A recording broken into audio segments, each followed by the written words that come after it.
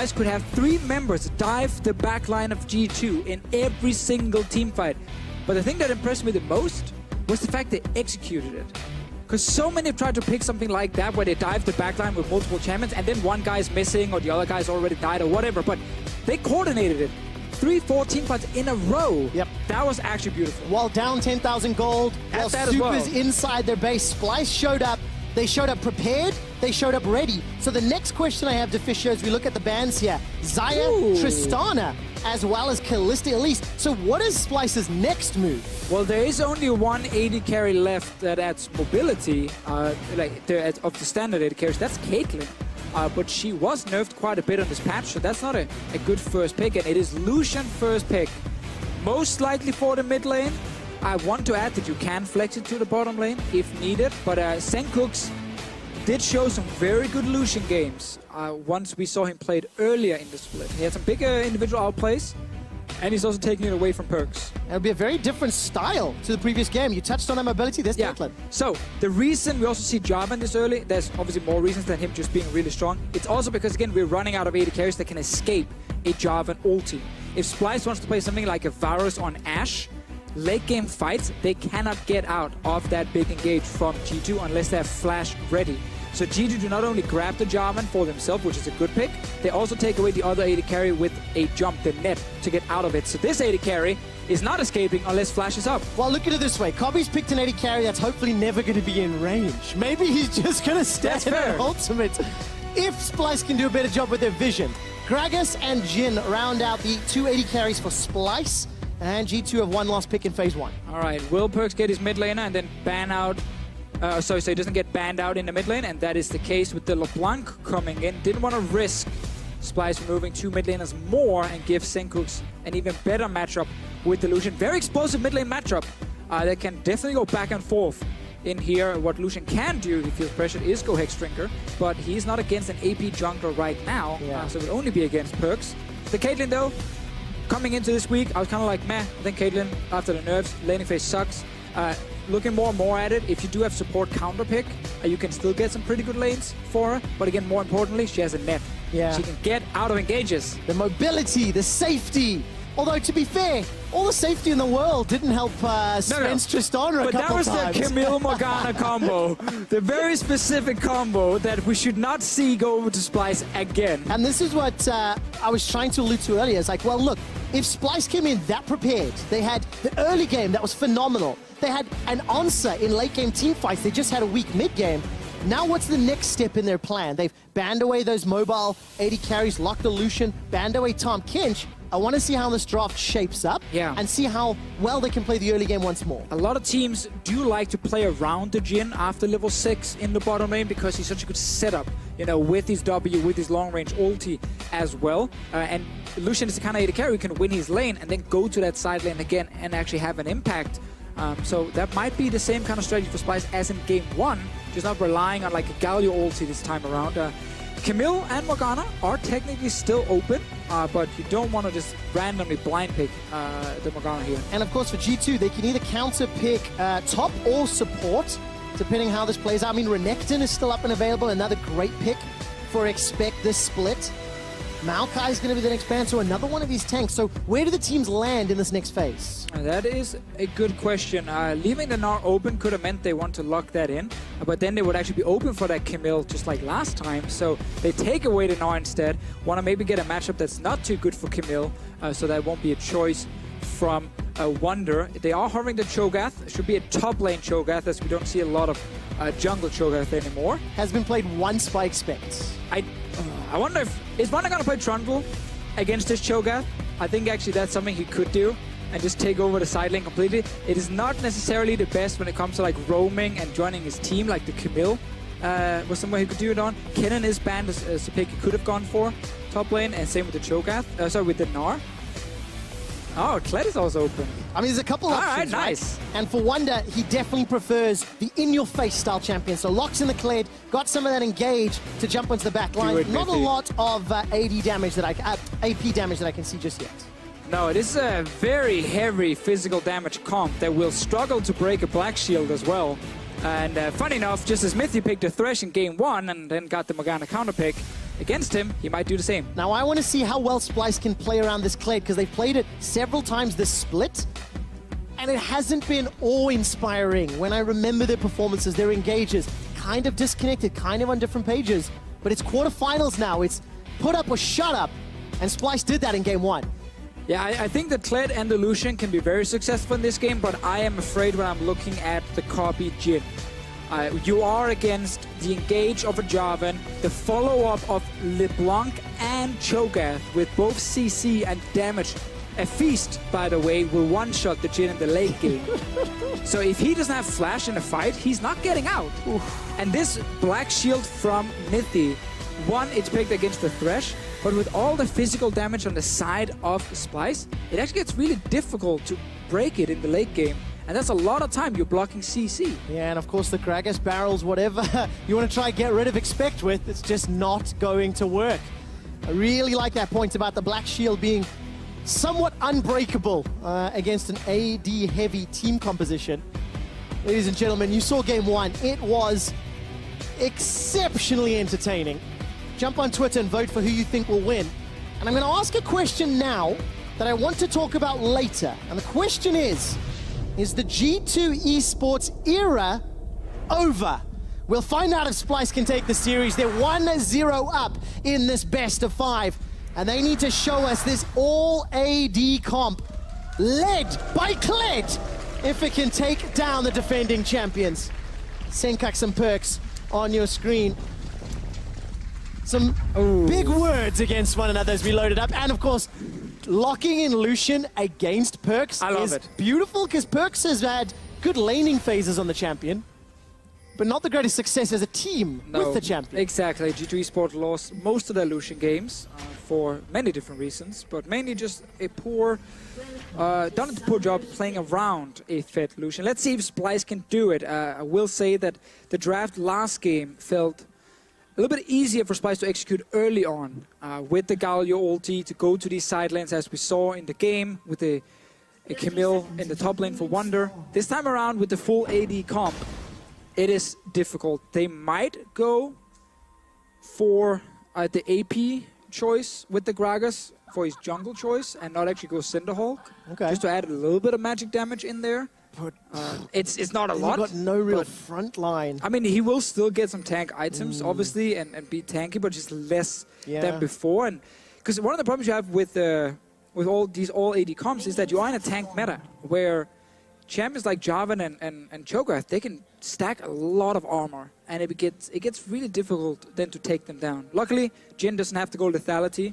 He can just go for a normal crit build to actually kill the tanks, and he will be okay. Well, Expect has played Cho'Gath once before. We talked a lot about the tanks. He had a pretty good performance. 5-0-8 on that champion. Do you want to know what his CSD was at 15 minutes? 5 million. 23 CS more than his opponent at 15 minutes. So it was a pretty heavy-handed win.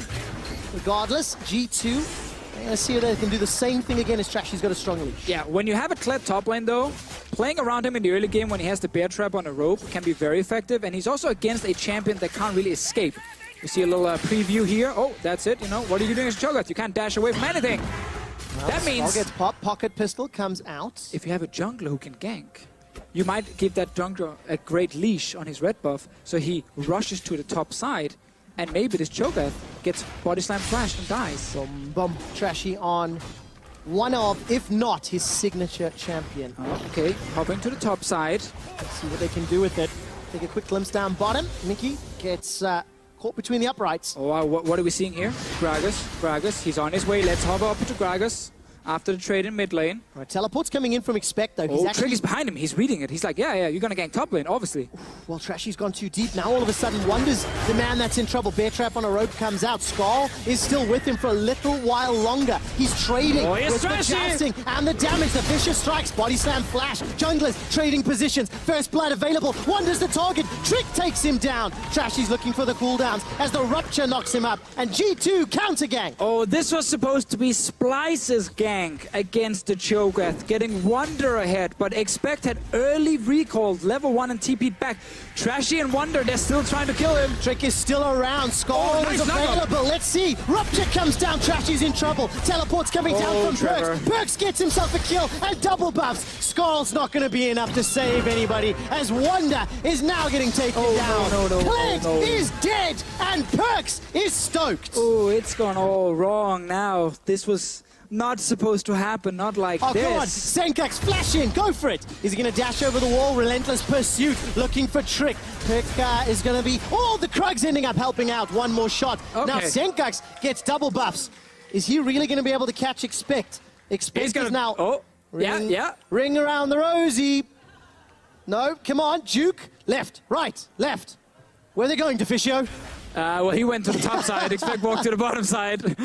Meaning that Perks can return to his mid lane and actually still get all the farm. Double buffed over Senkooks. He does try and save the day at least a little bit for Splyce. So, because Trashy couldn't gank due to Expect being back in base and had to TP into the lane, he walked in to check red buff first. And Trigger just snuck behind him. So Trick gets the first gank, and when the engage happens, Expect can still flash away, and Wonder, no way out from him. The first trade is lost, and then it gets even worse. What do you think of this tower dive and how risky it is? It's so greedy when TP is available for LeBlanc as well, and there's double knockups on the side of Splyce, and on the side of G2, and really backfired. Oh man, it really did. Okay, so right at the end of it, Senkax is able to clean up, at least get a kill, and double buffs of his own. It's a rare opportunity when both mid laners get double buffs. I mean, before 5 minutes. I mean, this game, yes, what a great start. But it's what we talked about, you know, with that early gank, try and get Wonder ahead. They've been playing around Wonder in the early game, both games now. Yes. And then at level 6, they change it to the bottom lane. So we're waiting for Cobby to hit level 6. Right now, they need to do some damage control around still that top side, where they gave some kills over. We'll see. Trashy ended up winning that smite fight against Trick at his Merkwolf camps. If you look at CS, advantages in the top lane for Wonder and for Senkax in the mid lane because of Perks' TP. Look at all the vision that G2 has set up. And yes, it's 1,000 gold lead for G2, but it's mostly concentrated in Perks, who is now coming up against a Hex Drinker AD carry. Yeah, one of the choices as a Lucian against these AP assassins is, of course, the Hex Drinker. Also, Senkooks is running heal in this game. My voice just decided to give up. Deficio, there's a lot more games. Don't lose your voice, man. It's just puberty, that's all, you know. I got it very late. I'm only 25, you know. With the distortion. And both junglers, Trashy and Trick, reading one another's plays. Or at least anticipating, reading the map. Maybe that's a more fair thing to say. I love the Trashy and Trick are literally the same person in this game here. They're all looking the same lane at the same time. It's Tricker who won the first little battle. Trashy, he's trying again. Remember, get Wonder ahead in the top lane. Shut down Cho'Gath early. It's damage control and Expect, though. He's got a lot of minions to work with. No flash. Nice. This should just be trivial. Vicious Strikes comes out. Trashy's going to help out, get an assist to his name. Feast comes down from Expect. He's fighting into the minions. And eventually gets taken down. Clean. It was expected. And right here, we see why some teams do not want to play Cho'Gath. They're like, you know what? I'm a champion in the top lane. That when I'm trading, I'm often pushing. And I have 0 ways of escaping ganks. Like, if you're not flash ready, you're just walking away. Yep. So it's really easy to just camp him. And that's what we're seeing here from Trashy. And I know some of them were unsuccessful in the start for other reasons. There's a teleport to Fisher. There's a teleport. Wonder has got no Skull. Bear Trap on a rope comes out. Wonder's trying to get a pocket pistol. Buys some time. Here comes Skull. And Wonder's able to escape. All right, we've started game 2 as we ended game 1 with a lot of craziness. I actually want to quickly remind everybody who's watching what the gold graph looked like for game number 1. Because it started well, then it went not so well, and technically Splyce ended up winning with a deficit, which happens so rarely. We got so late in the game that AD carries had 6 items, and the gold didn't even matter anymore, but it showed great early game into weak mid game, into then a great comeback in the late game from Splyce. This time they started weak in the early game by losing all those kills top lane, but they got a good little kill onto Wonder now. Very important for him that he keeps getting ahead because you see the trades here. He can trade against Expect 1v1. The problem for Splyce is late game team fighting against a Jarvan and Cho'Gath with a Jhin. It's not going to be fun for Cobby. Not going to be fun, but maybe Splyce can do it. Death Sentence connects onto Sven. He's got flash and heal. 90 calibers backwards. The curtain is called. Sven is in trouble, but Mickey's body blocking the damage now onto Mickey. Wait, who's in trouble now? He's in trouble. The flare comes up. Mickey's running for his life. Ace in the hole. Body blocked by Cobby. Teleport's coming down. It's Perks that's channeling it. Flash is available to him. He flashes forward. The chain doesn't find a target. Cobby's gone in for Miffy. Not going to find the deadly flourish. Cobby's reloading on Whisper, and G2 get 2. Oh, that reloading sucked for Cobby. He didn't get the kill. Perks with the second great teleport in this game. He's so fast actually joining the lanes. He's losing CS on it, but he's getting kills. 3-0 LeBlanc. Look, top lane, they want to get Wonder further ahead. Expect knows it's happening, He's though. like, He's running. I'm out of here. Nope. Drop the mic, walk away. Tower First Blood, though, could be possible with 3 members here, 2 of whom heavy auto attackers, though Senkux is not committing on this wave. All right, so Expect is back to defend. Sees Splyce walk away. They do keep the tower alive. That was a big play in the bottom lane.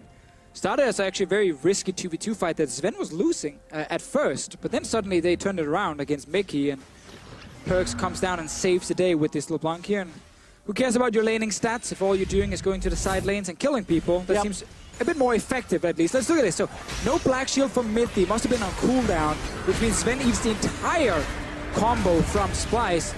Mithy then blocks the ulti, gets a lot of damage with the minions as well on Mickey. And then the TP happens from Perks. He's running back from base, joins in. There's no way out here for the Thresh. The synergy between both bot lanes is actually beautiful to behold. Look at the reload. Look at the reload. Oh, It's not ready. Whisper not ready to send Mithy to the graveyard. Yep. He feels it. He feels it. Cobby and Mickey, though, they have had a very good split. Continually showing up and being a carry for Splyce. And now they're going to do it hard mode. They're down 1,500 gold to the rest of the team at 10 minutes. Yeah, last year it was actually Cobby and Mickey who were kind of looked at as the bottom lane that could try and challenge Sven and Mithy down in that bot lane kingdom. Back when both teams were in the finals. Back when they both made the final, both teams made Worlds. We don't talk about what happened at Worlds for either of the teams, but Cobby and Mickey then in the spring split was pretty quiet. Not the same kind of progression, it feels like. This split, though, again, as you highlighted there, we've seen more and more from them. Not necessarily in the laning phase, but I think outside of lane. Splyce have relied a lot on Cobby as one of the late game big threats. Especially on Civil with 6 items. I mean, that works. You know, game 1 for both teams, there was a lot of good stuff and bad stuff for the squads to work on. We can see Death Sentence connects onto Mithy. The barrel comes out as well. Body Slam finds the target. So Cobby will get another kill for Splyce. Trick on the back end. He used the Cataclysm. Curtain Call will tag. Perks is going to look for Senkux. What? 2 chains. Not going to find the kill, though, as the Ocean Drake is tagged.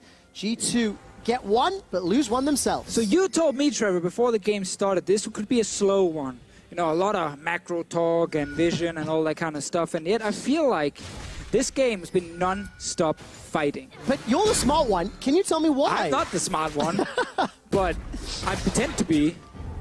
You pretend real well. Thank you. But Deficio, my expectation was that both G2 and Splyce, they've definitely been more well-known for their map play, for their macro, for that style of team play, and now we've got a lot of exciting stuff. See, I would agree with last year's Splyce, but I feel like Splyce this year, like, the macro's not really been there. Like, they've not been like a great, you know, rotation, shot calling, whatever team. Like, I think they've tried to rely a lot on like trashy snowballing a specific lane, and then that person tries to kind of take over the game. And we've seen more from them in this series already, I feel, in terms of actually executing an early game plan. Like, plays like the ones we're seeing now, that was a really good setup against Mithy in the bottom lane, and it's often Trashy who's involved.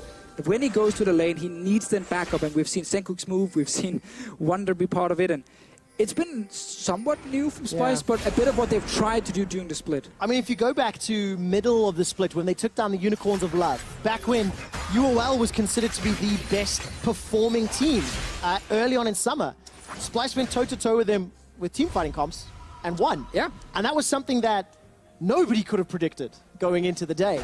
And then, funny enough, the next week, Splyce played teamfight comps and lost everything on it. So it's one of the reasons Splyce have been a hard team to kind of predict because it's been so night and day, and they haven't really locked down one play style. Yep. We're seeing more early game focus today in 2 games. Maybe that is the new Splyce play style. Well, they are 2,000 gold down this time around, so damage control needs to happen in full effect. Sinkux, relentless pursuit forward, and they get tagged up by those ethereal chains. And while we've seen up and downs from Splyce, all split long, it's important to remember that as we're in quarterfinals. It's a different setup, it's a different vibe. You have to bring different tools. And G2 losing the first game in a best of 5, we've seen that happen plenty of times. But the way they adapt, the way they change throughout a series, that's what's kept G2 as the 3-time back-to-back-to-back EU LCS champions. Yeah, now looking at this game specifically, the Cho'Gath was targeted early game, survived most of it. He's 0-1-3, even in farm against the Kled. So expect is doing fine in this game, and he's going to be a key member later on against some AD carry like Jhin, who can't escape that job and engage, as we talk about. And also it makes it difficult for Lucian, because Lucian is a very low-range carry. So when he joins team fights, he often puts himself at risk to deal maximum damage. You can't really sit and get a full rotation of spells and autos off as Lucian without getting targeted. Bot laner and Mickey. Good Black Shield, Flash comes out, Cataclysm comes down, Mickey's already used the Flash Death Sentence. Not going to pull anyone further back, but it looks like the teleport was cancelled. Or interrupted by Expect. He did move forward. Let's see bot lane still. All right, 4th shot comes out. Kobe needs to reload. Curtains are called backwards. First shot is dodged away from. Second and third will actually tag on the Mimic. Body block mechanics from Perks. Splyce have a 4-man stack in the bottom lane. And will they put any pressure on this tower? So Wonder used that TP that either got cancelled or interrupted in the top lane. Perks joined in, instantly stepped away because Sinkux was already here. And now everyone will go back towards their respective lanes. Might be a fight in mid. Well, you can't really catch a Perks, sorry, LeBlanc, with Flash and W. He easily escapes. Let me slow down. Oh, we do indeed. Slowest we've had for a while. Okay, so Splyce, just like the last game, started with the Wonder ganks, went bot lane after that, been trying to play around the Jhin here. Not a lot of success with those plays, as they actually ended up losing some kills, and Wonder gets a good trade. Ooh. Remember there's to minions though. Yeah, there's always the thing about Cho'Gath is you feel like you're winning the fight, and then he gets his rank 2 feast very soon, and then suddenly he's winning the fight. We'll see what Skull can do to help out in that regard. Replay of the teleport. Looks like it's going to be a rough shot. Yep, yeah. There we go. Gets the interrupt just over the wall. Thank you, observers, for highlighting that.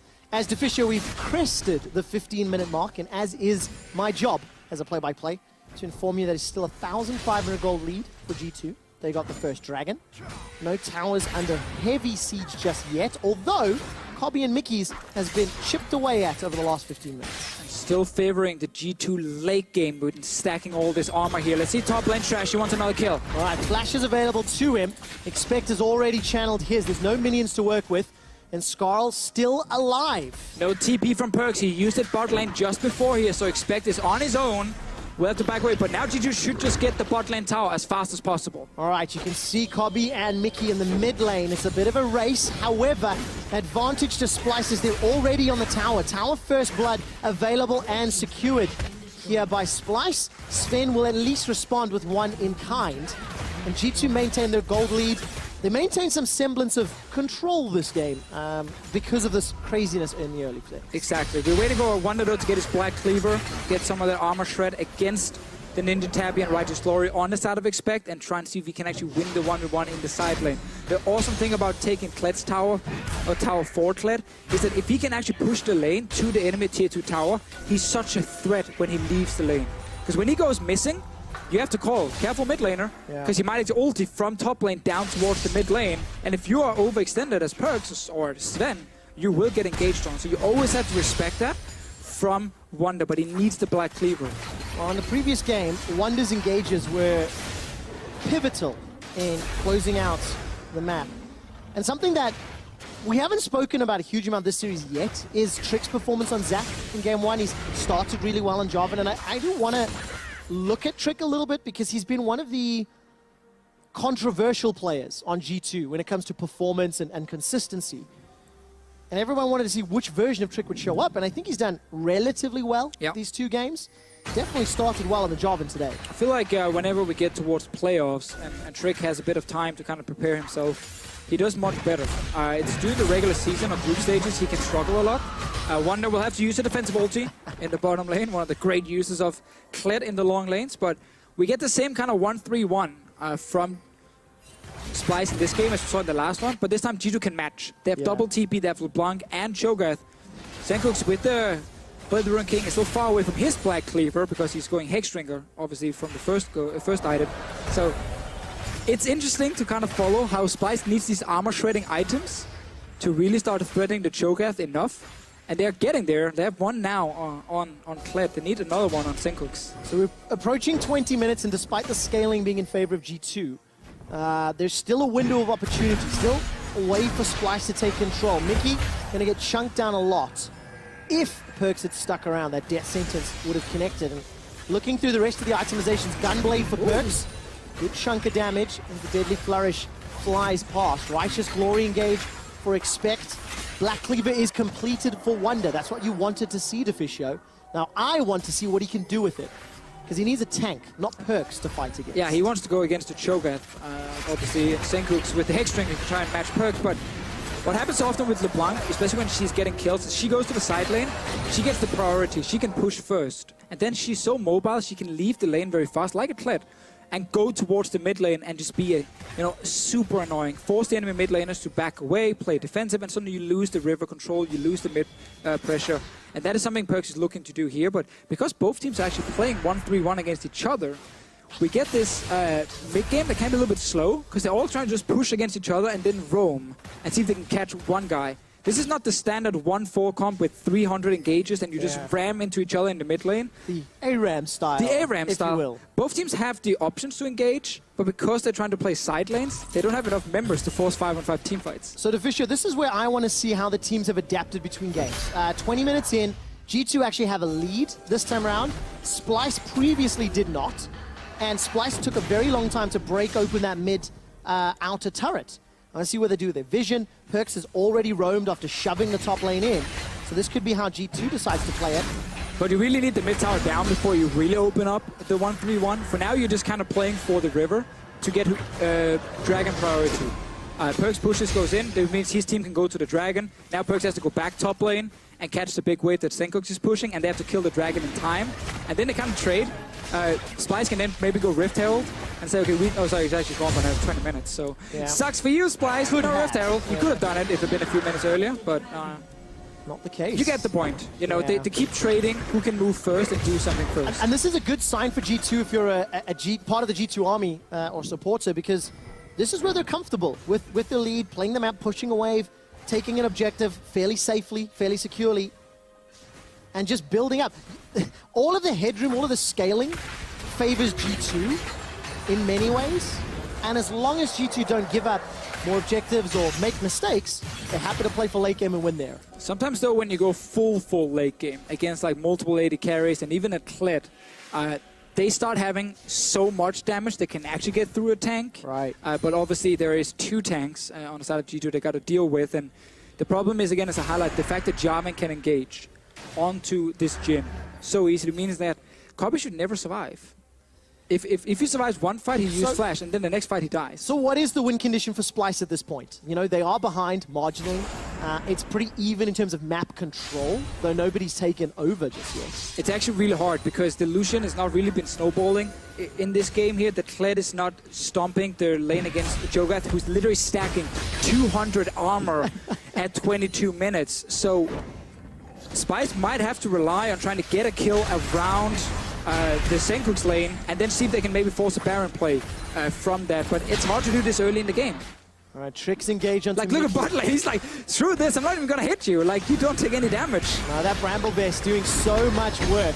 Lanterns available here for Mickey. Death Sentence finds Perkz. Deadly Flourish as well. Curtain Call comes out as Perkz flashes to safety. Perkz manages to get the kill credit. Now all of a sudden Trashy's in trouble. Senkooks comes down. He's exhausted. No Cataclysm is available as the culling starts to fully channel. Expect, where's the feast? He can nom. A single target. Kobe manages to get the W onto Perkz, but he steps on a trap. Expect flash noms and takes down Kobe. And as we just said here, like, the amount of plays the Splyce can do, they're very limited in the game here because they have not been getting advantages for the two split pushers. Sengoku is going even in his lane, and Kled right now is actually struggling a little bit against this massive Cho'Gath.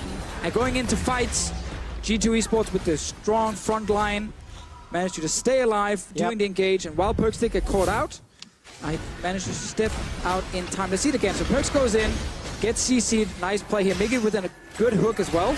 But now, Black Shield to block any sort of further CC, and then rest of G2 steps away. We did jump back in here because I think Perkz almost killed Sengoku. Yeah, I feel like Perkz got a lot of damage. Another good death sentence onto Perkz. He goes golden from the hourglass.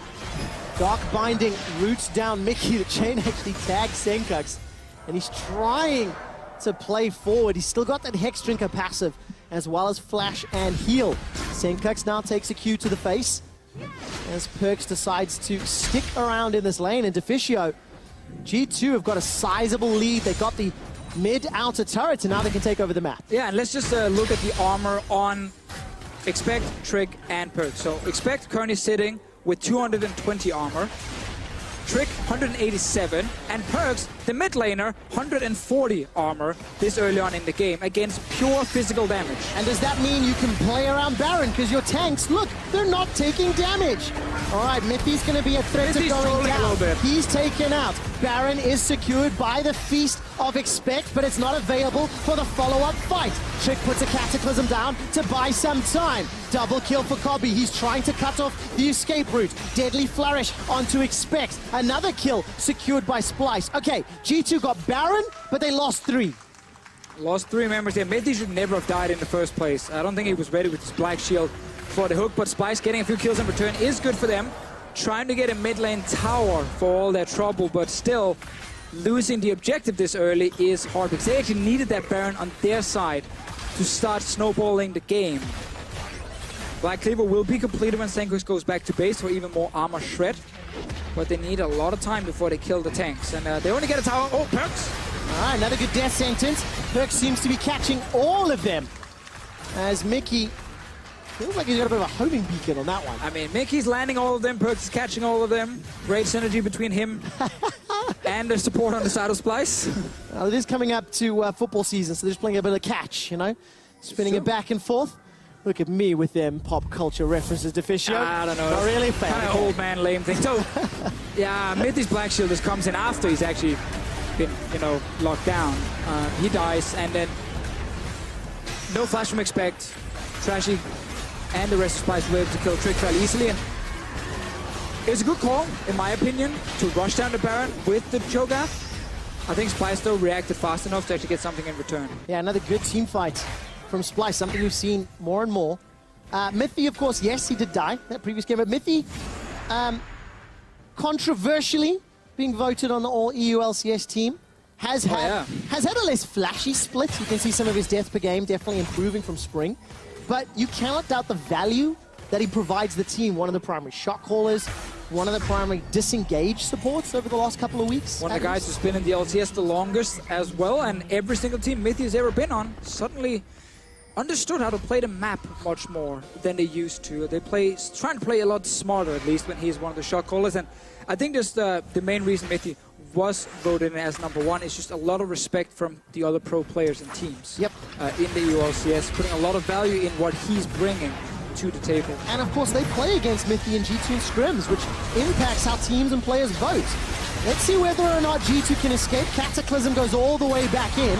Trick will be the target. A silence from the Feral Scream comes down for Expect. Now Kobe and Wonder need to somehow deal with the tanks. Wonder's already dropped. Perkz has finished a flank from the side. He's looking for Kobe. Body Slam will buy some time as the Hourglass keeps the ADs alive for a few seconds more. Very good slow barrel on the Q from Trashy. Full channel on the culling. So far, it's a 2-for-1 in favor of G2. And we keep seeing the same problems here for Splyce. They can kill one guy, but it already takes a lot of time. Then there's another one joining, a massive Cho'Gath or 140 armor LeBlanc. And they don't have the damage to take down the front line of G2 and still also escape the damage dealers. Like Perkz with a good flank in this fight after they've already killed one guy in the front, and Splyce find himself in a super, super tough spot. 4,000 gold, it's 3 dragons, 4 towers to 2. I mean, we're approaching 30 minutes into the game. and G2 have once again had a superior mid game. However, they've also had a better early game, and there's a replay of how this fight started. It actually looked pretty good to begin with. Yeah, they tried to all in on Sven, but he gets the Black Shield, and while they're killing Trick, like, it still took quite some time for Trick to actually die, and the rest of G2 can now join. Perks is running from the bottom lane, and this Cho'Gath is not gonna die at any point. And once the flank happens from the LeBlanc, Copy is forced to flash out. Hourglass comes in from Perks, and no one will drop here, and rest of Splyce needs to run away. And this means there's no flash from Copy in the next fight, if G2 eSports will actually find the engage onto him. And Sven sat back, enjoyed his life, dealt 5,000 damage. And he was the initial target of the engage, remember? Kled charged. I think it got body blocked by Trick. Trick saved him. There we go. Trick saved him. Beautiful moment. He jumped in front. Yeah. And Trick, by the way, 2-3-7. His team's got 10 kills, been there for 9 of them. Once again, just one of those players that is showing up. Right, Cobby gets caught by Ace in the hole. Splyce, oh, he's not flash! Somewhat split up. Is able to get away from that rupture. Now, Expect is sitting at around 5,000 and a bit HP. He's being hammered on by 4 members of Splyce, and it doesn't matter. Wonder, are you brave enough to call charge? Not just yet. Here comes Expect, gets caught by a death sentence. Keep your eyes on the AD carries. The damage dealers for G2 are coming in. Senkux is caught up. The Ethereal Chains locked him down. Cataclysm takes him out. Cobby's waiting for the reloads as the curtain call onto Perks won't be enough. Sven and Perks escape with their lives. Mythic gets tagged by a bunch, and Mickey, he's gonna get dropped by the Distortion Orb. Cobby and Trashy backing away. Rupture, Feral Scream, where's the feast? Not gonna be enough for the nom nom nom. Instead, Trick is going to look for the kill shot. Perks takes it in the end. 4 members down, and G2 are opening the base. It's a one-sided game 2 here. Early game, it backfired when Splyce tried to kill Cho'Gath in the top lane. G2 eSports, they made a big play in the bottom lane with the TP from Perks. And suddenly, they were sitting with 6 kills early on, and a composition that could stack armor and just survive in these fights here. Everything on the side of Splyce is screaming physical damage. Multiple AD carries and the Kled. And everything on the side of G2 is screaming stack defensive items. Yep. Get armor as fast as possible and never die. And they met that win condition. G2 have got 6 towers down. They've got supers in the middle lane. Baron's up in 50 seconds, so I see a pretty clear way to close this one out. Yeah. The defending champions. So the fight starts here with a bit of damage onto Expect, and then Wonder actually gets onto Sven in the back line, and he almost took him down. You can see how after Perk's Hourglass, he's onto the Caitlyn, but he's alone. There's no follow-up. The Jhin ulti comes in, but won't really help him.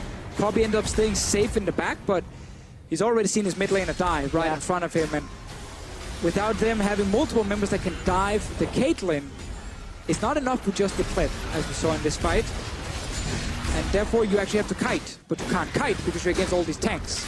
Yep, very difficult to get away. Wonder's not being run down. It's a decent amount of damage. Survives longer than expected thanks to the help of Skarl. 50% on that charge bar. Sidesteps her up. You can't get away from that. Nope. I'm always surprised by how quick Feast actually hits. Whenever I am playing in-game, there's no time to react. If Cho'Gath is close enough to nom, you get nommed and that's it. GG. Potential nerf. Super slow norm animation. I mean, that would help. Give me some time to do something. Oh, Senkux behind. Right. Trashy, can he win this fight? I mean, Trashy's got BF and cloth armor. Yeah. Senkux against Trick, of course. Fighting his own jungler. Yeah, I don't know why I said Trashy. Oh, I said Trashy. I messed it up. You trolled and me. I messed you up. Anyways, the question was, could he have won that fight? Possibly, yes. He does have Black Cleaver and Blade.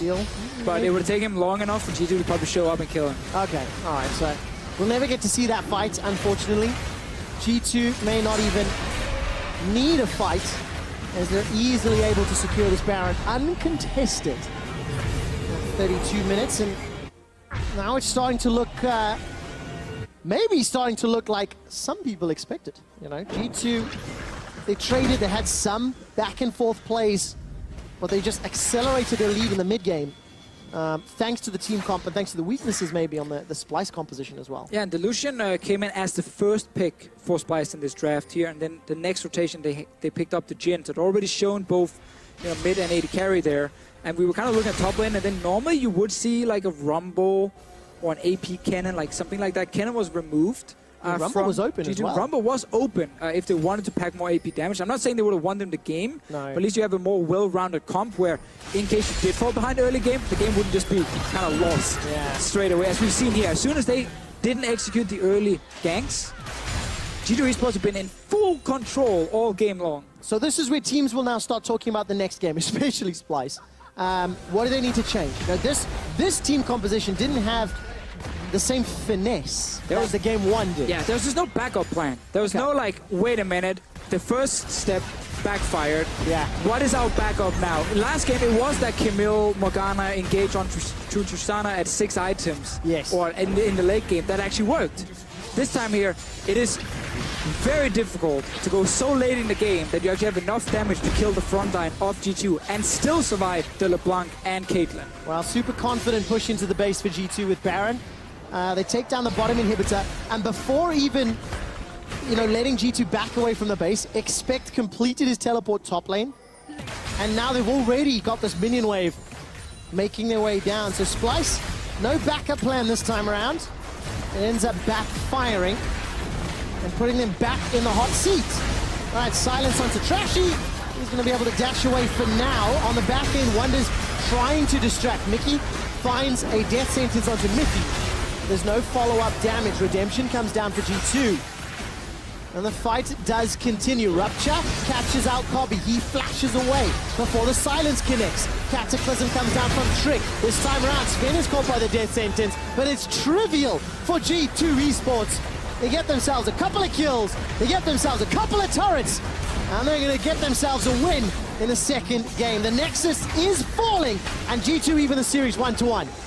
From a back and forth first game, we get a controlled win from G2 eSports. Hectic start. Yes. 11 minutes in, we had like 5 different gangs happening. We had double TPs. Everything went crazy. But almost every fight went in favor of G2.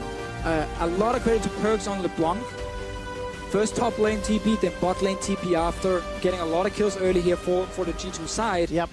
And then with the full AD comp, well, when you fall behind, you're not going to kill anyone. And of course, Trick's early game. He was everywhere Trashy was. He responded. He set up ganks himself. I mean, what he had 3, 13, 16 out of the team's 18 kills. The only reason I do talk about him is, as we mentioned, we had these expectations. How is he going to show up? What's he going to do? And the answer is pretty clear. A lot and very well. Yeah, I think it was very interesting that Splyce banned away 2 AD carries on their side. Yep. And then, of course, the Kalista got banned on the red side by G2.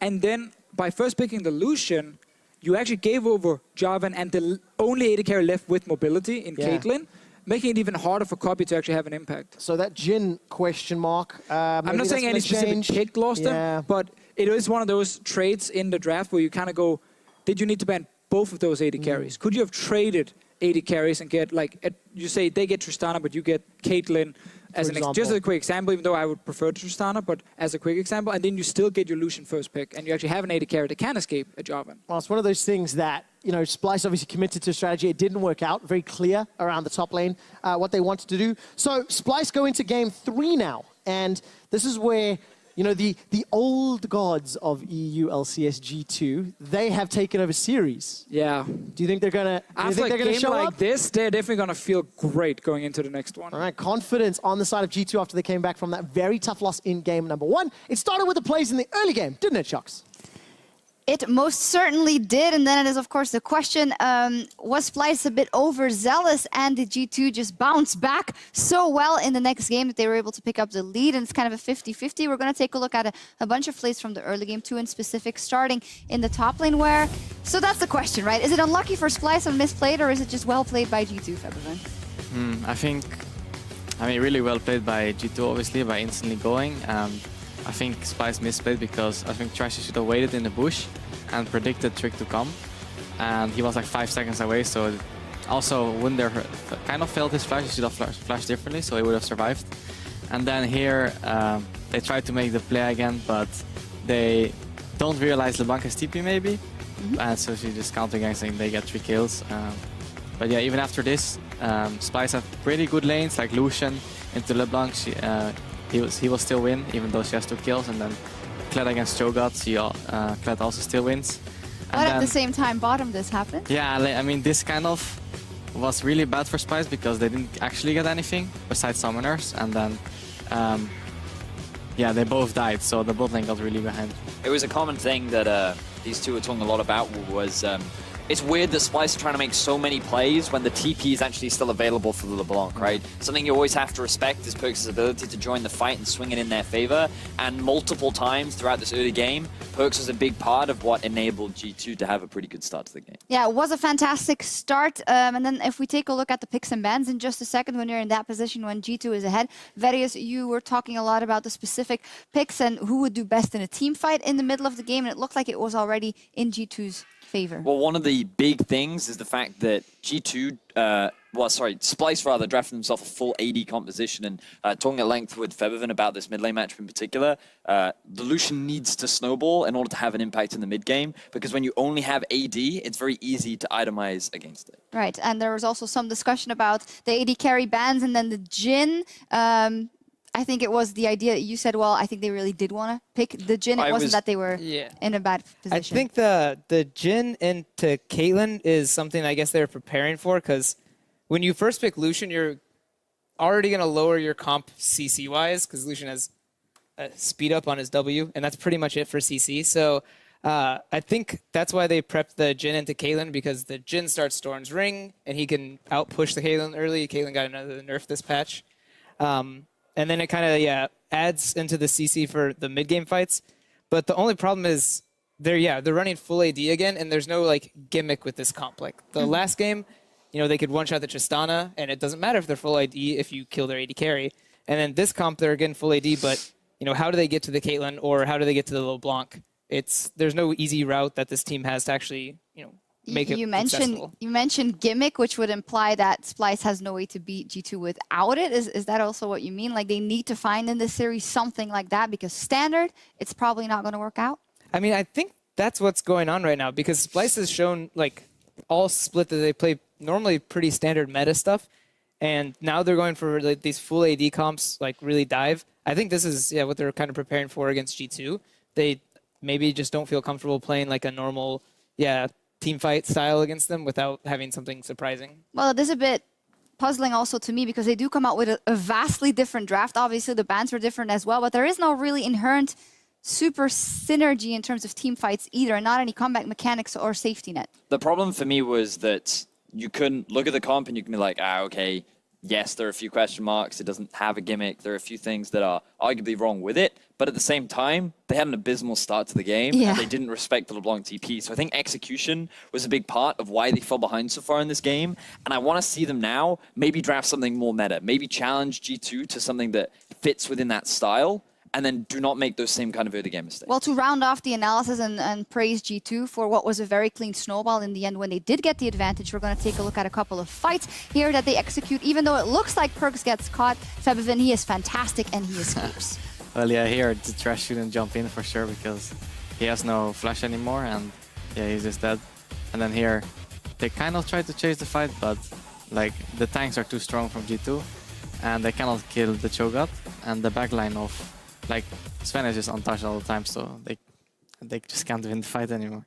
Yeah, they can run rampant with it. A very good showing from G2 in Game 2, and also as we see Perkz here on stage. So we're going into Game 3. G2 has selected blue side for that, and now, of course, the ball is again in G2's court, because this is what everyone expected them to do, Veria. So we need to see a drastic departure or a drastic change for Splyce. I think the big thing for me is I'm still waiting for Splyce to bring something more meta to the table. I think Game 1, their composition eventually made sense. They had a really good start to the game, and their mid-game was just something a little bit shaky. I'd like to see a little bit more confidence in their mid-game playmaking. I want to see someone like Mickey being able to make the same sort of plays that he has done in the past, and reform or return to that sort of big playmaking stuff. Febiven, does Splyce take another game in this series? I think if they draft like this, no, but if they get some AP in the mix, maybe they can. Like, I think the comp was fine, because like they had like the winning mid, they had like the winning top, and the bot lane, I don't know. So like they have these things that actually work, but like if you fall behind so hard early in the early game, then you just those comps fall apart. So I think they have to take something more balanced. Like the first game, I think they had a lot of AD, but still had like this insane pick potential and like this combination. So they should try to get something like this again, I think. Need to rethink their drafts. While both teams are fighting to get an edge in the series, join us as we hit the Rift for Game 3 right after this. And the damage, the vicious